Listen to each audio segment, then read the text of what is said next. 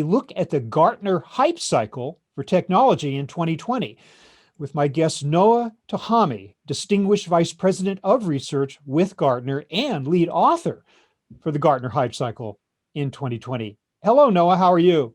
Hi there. How are you doing today? Great. Thanks very much for being with us. Now, I would appreciate it if you would just give us a very quick overview of what is the hype cycle, now observing, I believe it's 25th birthday. What are the five main stages? Just very quickly bring us up to date on that. Sure. Yeah. So the hype cycle is a framework that Gartner uses across the board, different functional areas. We use it on the IT side, in supply chain. And it's a really easy way to track the maturity of different capabilities. It started as just tracking technology capabilities. Now in supply chain and other areas, we actually track enablers, and we include their frameworks, business models, organizational structure. So think of it as any capability that we want a supply chain strategy leader or a chief supply chain officer to be aware of. And we're tracking it along the hype cycle, which is understanding where it is from a maturity perspective, how well adopted it is, what is the business impact that's expected from it, and at the end of the day, just a way to support the understanding and also support the creation of the supply chain vision. Yeah, and the word hype, I mean, typically, historically, it has negative connotations. It connotes kind of overselling something, but I think you mean it in a broader term, just the progress that new technology goes through as it goes from concept to reality. A little bit of hype is inevitable, but then it reaches what you call the plateau of productivity. And let's back up real quickly and describe those. We have the innovation trigger. We have the peak of inflated expectations. We have the trough of disillusionment. We have the slope of enlightenment, and we have the plateau of productivity. And on paper, it looks like this one heck of a roller coaster ride. Yeah. Exactly. So let's talk about 2020, the hype cycle in 2020. One of the big takeaways is that the Internet of Things that we've been talking about now for what feels like a very long time has now reached the trough of disillusionment. What does that mean? Well, it means that we have been progressing in terms of understanding and adopting IoT, but I think it doesn't come as a surprise to anyone that it was truly hyped. A few years back, we were talking about it as if it's going to solve every supply chain problem that we have experienced. It's going to save the world. And over time, we just realized that no, at the end of the day, it's an enabler. It's a great enabler. I can use it to really understand what's happening in my supply chain, get great representation of it. But it's not just about that technology. It's about understanding what processes I need to pursue that technology in. It's about collaboration with my trading partners, about cross-functional integration, all of the fundamental issues and challenges that we've had all along. So just like with other technologies or other enablers in general, like you said, we talked about it. There was a huge trigger, which is talking about the technology and the technology becoming more cost effective. The peak of inflated expectation was it's going to save the world. And then we started descending into where it is right now, which is the trough of disillusionment. And one thing to emphasize is that we're not saying that anything in the trough of disillusionment is bad or not a valuable capability. Mm-hmm. We're just saying that that technology really hasn't and truly can't live up to the peak of inflated expectation, the unrealistic expectation that we've had of it. And as such, right now we're going through kind of a corrective period, becoming more realistic. And likely for a capability like IoT, it's going to start ascending into the slope of enlightenment and then become more about using this capability at scale and very productive. Yeah, so it has a future, but maybe we're just throwing a little bit of cold water on it to tamp down the overselling that we saw before. Let's talk about a few other aspects of technology. AI, artificial intelligence, which again we've been talking about for a long time, and yet you guys have placed it only halfway up the innovation trigger? It's just kind of starting up. And what's that all about? Yeah, so I view AI as, again, a huge enabler, and it's really going to change how we manage our supply chains. However, AI has very different meanings to different organizations, to different people, even. The way that we position AI is that it's a collection of data science techniques, um, with the goal of augmenting but also automating decision making.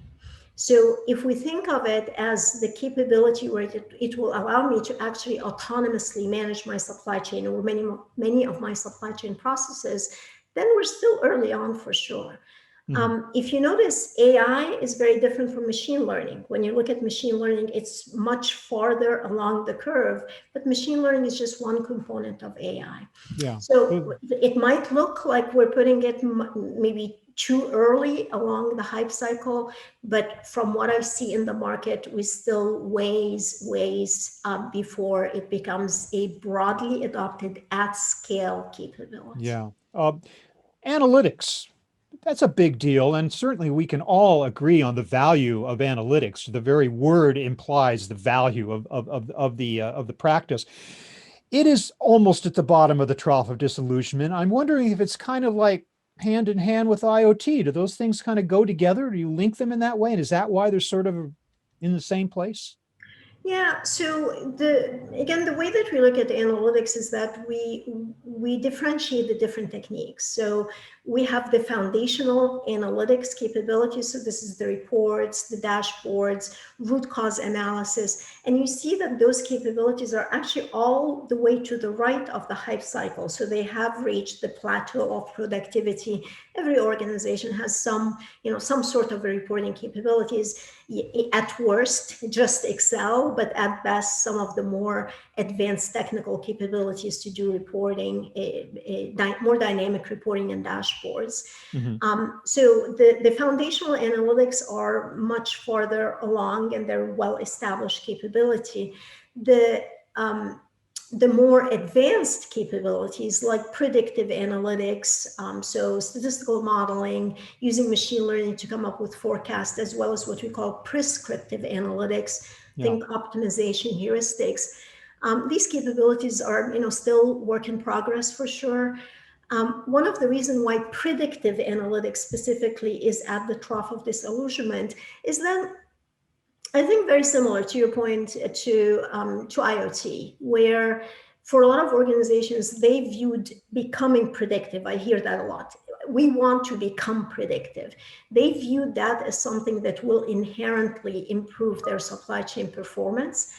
And at the end of the day, becoming predictive is great, but what do I do with that prediction? Mhm. What do I do with the prediction? How can I take that into account when I'm making decisions? That's really where things could break down. It seems like there is a lot of blurring of lines between these different types of technologies because I'm wondering if, in order for predictive analytics to become prescriptive analytics, AI has to advance. I mean, I've always understood that AI is the basis for prescriptive analytics, the so-called black box that makes decisions for you that humans don't have to make. So, do we have to hold up and wait for AI to come up over that hill and come down and join us before we can get truly prescriptive? Absolutely not. So that's the good news. Mhm. I think for prescriptive analytics, you can have prescriptive analytics. Think of operations research capabilities, for example, Mhm. where um, where we're focusing on using optimization, for instance, to come up with the least cost decision, where we are looking for designing our network to make sure that we're most efficient in transportation. Operations research has been around for more than 50 years, actually a lot more than 50 years. Um, with artificial intelligence, we can do this much better, and we can do it more autonomously. Mhm. So that's kind of what will add to prescriptive analytics and what will make it a lot more effective for supply chains. But we can most definitely have prescriptive analytics without AI. Thank Yeah. goodness. Other very quickly, I know we don't have a lot of time to get into detail. Blockchain only at the peak of inflated expectations. That certainly sounds logical. RPA, robotic process automation, headed into the trough. We've talked a lot about that. I guess you're bullish on automation and robotics in general, right? But time is needed for it to reach its true promise, right? Yeah, absolutely. And again, working with organizations focusing on robotic process automation, this is Mhm. kind of the first step in their journey towards automation.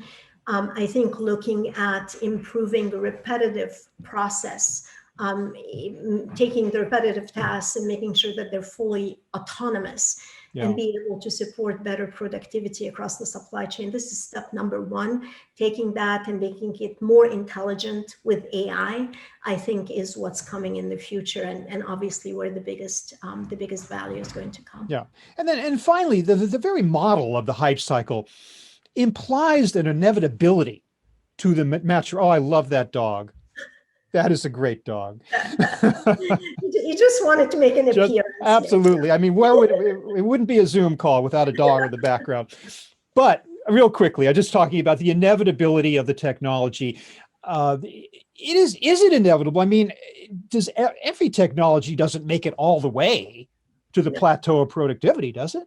That's exactly right. And actually, one of the more recent examples that we had was the capability of big data. We Uh-huh. had a couple of years ago, we actually had that as one of the dots along the hype cycle.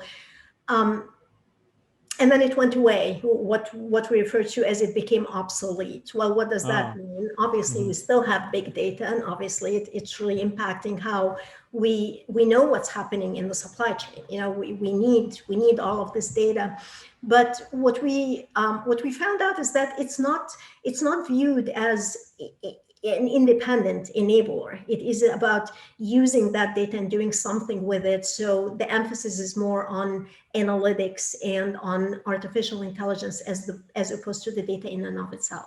So Mhm. that one just went away, disappeared, and the emphasis now is on the bigger picture, if you will. Right. Sort of fell off the rails, but became something else. Well, Noha Tohamy, thank you for this delightful discussion about the 25th birthday of the Gartner hype cycle and what's going on in that roller coaster ride, plus a special guest over your shoulder there for a moment. I really appreciated that as well.